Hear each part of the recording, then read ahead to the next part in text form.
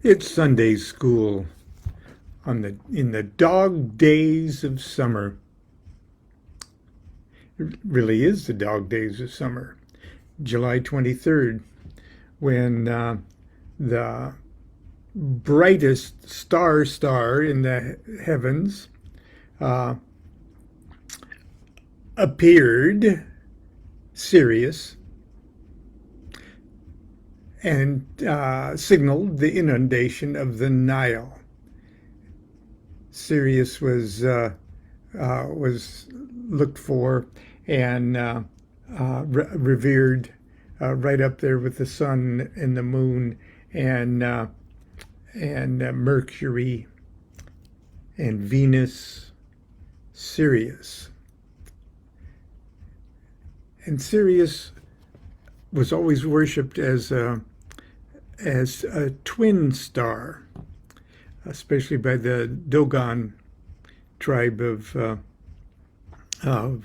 Africa, that seemed quite fascinated with Sirius, and they knew it was a twin star.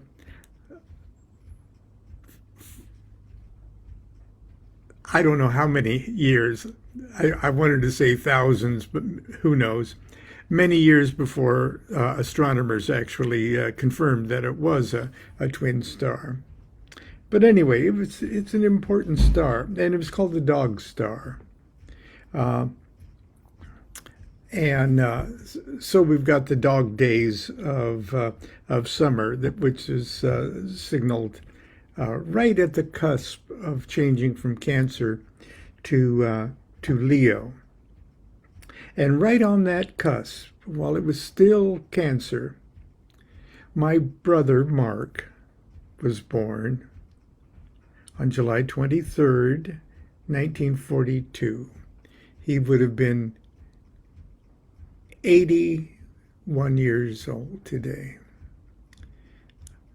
Sadly, he died a few years ago and never got to see this birthday. He didn't get to see quite a few things, but we all have to go.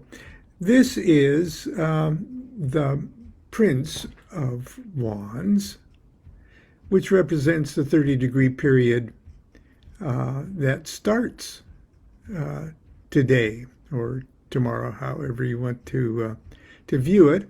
And so this was the characteristic card of my brother, just like the Prince or the Queen of Cups represents the 30-degree period I was born in.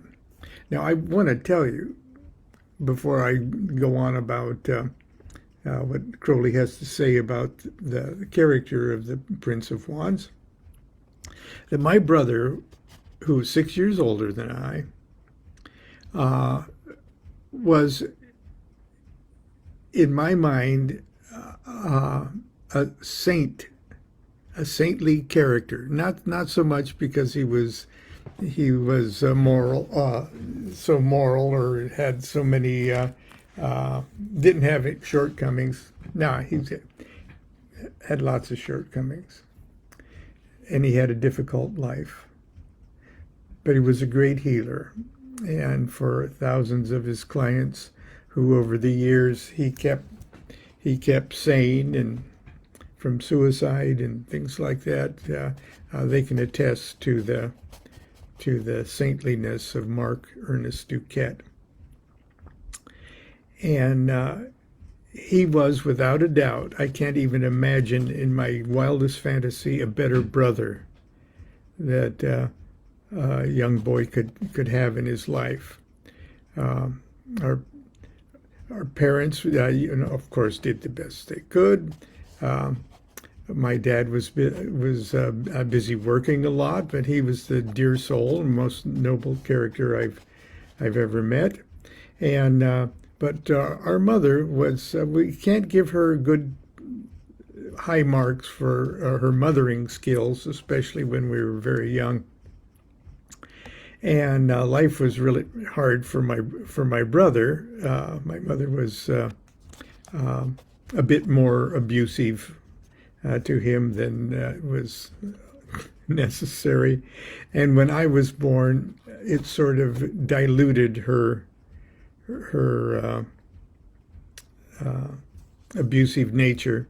And so I sort of represented for him a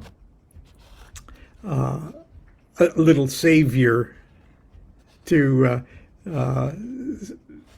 dilute my mother's rage. And he was my savior because he protected me not only from her, but from bullies and things like that. It was wonderful. And he was so kind. And he taught me to dream. And he taught me to imagine. And he was a very literate child. And so he taught me the love of books. And in the early 1950s, he started getting interested in contemporary music. And so rock and roll, and my brother Mark and I grew up together, literally like that. So he taught me the love of rock and roll and jazz and blues and whatever my activities in music have been all my life. I owe it to Mark's influence and good taste. But anyway, I'm going to read you. This was also Aleister Crowley's, not his sun sign, but his rising sign. He had a Leo rising sign. So Crowley himself identified with this card also. And as you can see, it even has the mark of the beast, Crowley's own sigil there on it. Okay, and another very influential character in my life was Dr. Alan Miller, who wrote under the pen name Christopher S. Hyatt, and who got my the first 4 books I co-wrote with Christopher Hyatt, and he taught me the skill of writing, and he was I had the privilege of initiating him into the OTO and things like that. And he also, his birthday also was made him a Prince of Wands. So I'm going to read you what Crowley had to say about the Prince of Wands. The Prince of Wands represents the airy part of fire, with his faculty of expanding and volatilizing. He rules from the 21st degree of Cancer to the 20th degree of Leo. He is a warrior in complete armor of scale male, but his arms are bare. Here, I'll try to hold this up. But his arms are bare on account of his vigor and activity. He wears a rayed crown surmounted by a lion's head, winged. And from this crown depends a curtain of flame. On his breast is the sigil of Tomegatherion. In his left hand he bears the Phoenix wand of the second adept in the ritual of 5 = 6 of the RRAC,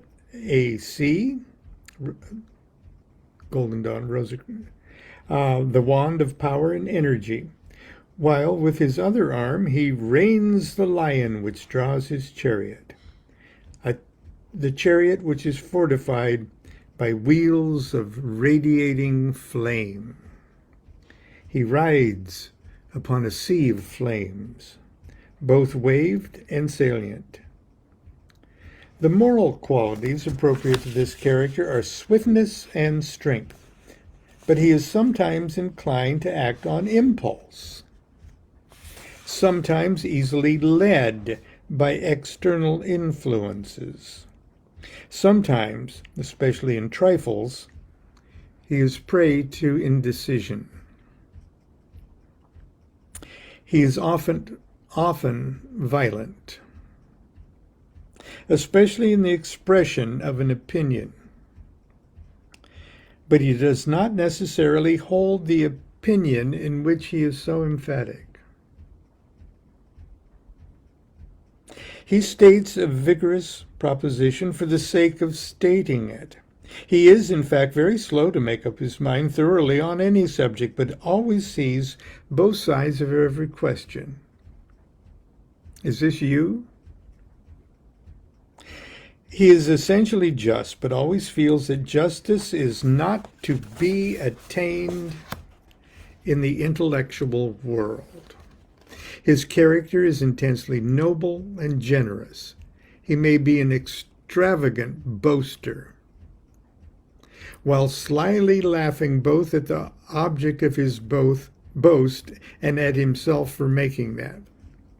Now, I can't say that that describes my brother Mark with any degree of accuracy, that part about boasting and that section here.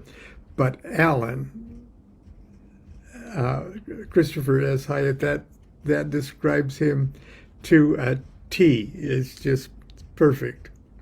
He is romantic, especially in matters of history and tradition, to the point of folly, and may engineer stunts or play elaborate practical jokes. He might select some inoffensive nobody, pursue him for years with every weapon of ridicule, as Swift tormented an unhappy partridge, all without the least animus, ready to give the shirt off of his back should his victim be in need. I can't even begin to explain how accurately Crowley is describing this character in classic Myers-Briggs sub-elemental nature. It's awesome. His sense of humor is omnivorous and may make him a mysterious creature or figure, dreaded without reason by people who actually know nothing about him but his name, as a symbol of terror. This is due to the influence of the last decan of Cancer upon the card. Now remember, Crowley's describing himself too, because this is his rising sign card. One of his greatest faults is pride, meanness, and pettiness. Geez, yeah. Of any kind he holds in infinite scorn. His courage is fanatically strong, and his endurance is indefatigable. He is always fighting against odds and always wins in the long run, the very, very long run. This is principally due to his enormous capacity for work, which he exercises for its own sake, without lust of result. Perhaps his haughty contempt for the world at large, which however coexists with profound and ecstatic respect for every man and every woman as a star, is responsible for this. When this card is badly dignified, the character degenerates. Each of the qualities mentioned above is found in its antithesis. There is great cruelty in him, partly sadistic, partly due to callousness arising from indifference, and in a sense, laziness. So too he may be intolerant, prejudiced, and idle, principally because it saves trouble. He may furthermore be an empty boaster and a great coward. Now, I can't say that's true of either of the characters I'm talking about. But this is a sub-elemental thing. Princes in the tarot are the air element. And of course, wands is the fire element. So the sub-elemental mix is air of fire. And air of fire is the I Ching hexagram number 42. In the I Ching, the airy part of fire is represented by the 42nd hexagram Yi, which signifies addition and increase. Full of virtue and confident therein, he contemplates work of a stupendous scope, often with the idea expressed in line 5. That's the moving line 5, which he quotes as, with sincere heart seeking to benefit all below. Now, that definitely describes the character of both Christopher Hyatt and my brother Mark.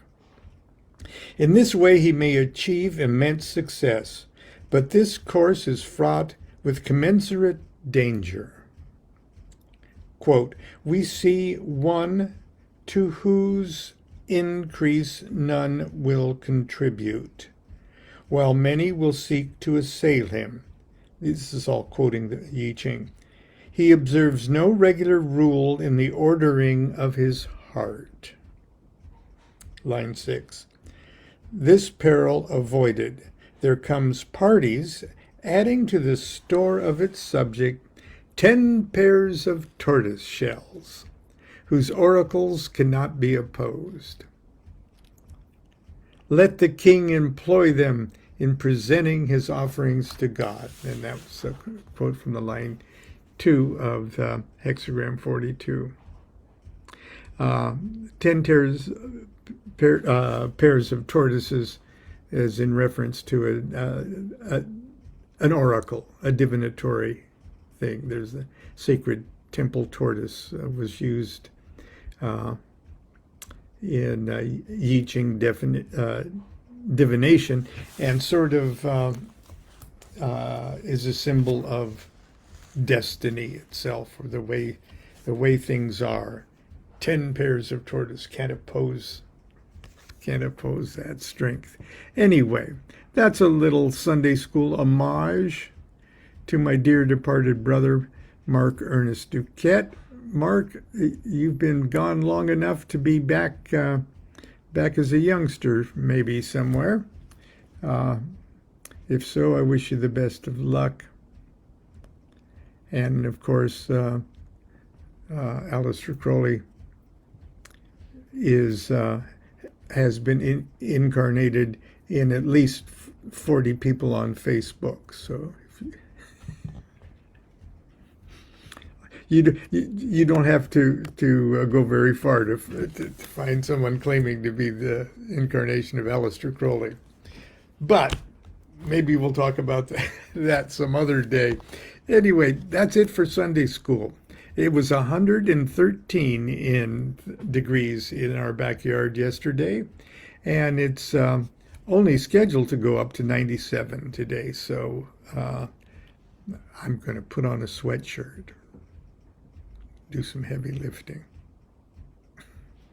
Until tomorrow, continue to be good to yourself, be good to each other. Happy beginning of dog days of summer. May the star Sirius signal your inundation. Do what thou wilt shall be the whole of the law. Love is the law, love her and do well.